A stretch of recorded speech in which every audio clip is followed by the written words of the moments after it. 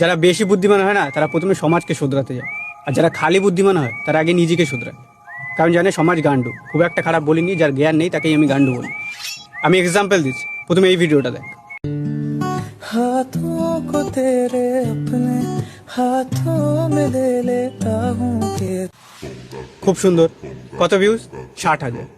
এবার সেম আইডির আর একটা ভিডিও দেখাচ্ছি, সেটা দেখ। এটাতে কত ভিউজ আসতে পারে?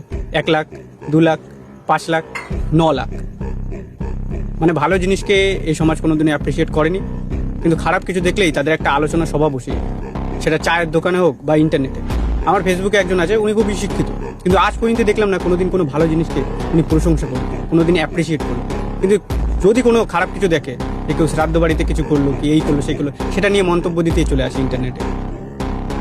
আবার এ সমাজে যে ট্রাই করে তারপর ফেল হয় তাকে ফেলিয়ার বলে, আর যে কোনো কিছু নিজে ট্রাই করে না তাকে কি বলে?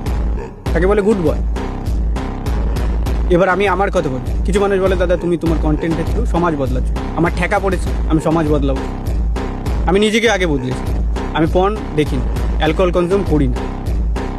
আমি নিজস্ব অনেক কাজে ব্যস্ত থাকি, তারপরেও যতটা ফাঁকা সময় পাই কন্টেন্ট ক্রিয়েশন করি। সেখানে আমি আমার রিয়ালিটি নলেজ এক্সপিরিয়েন্স নিয়ে কথা বলি, এবং সেটা থেকে কেউ ইন্সপায়ার হলে হবে, এখানে যদি কেউ মেন্টাল স্ট্রেংথ পাবে।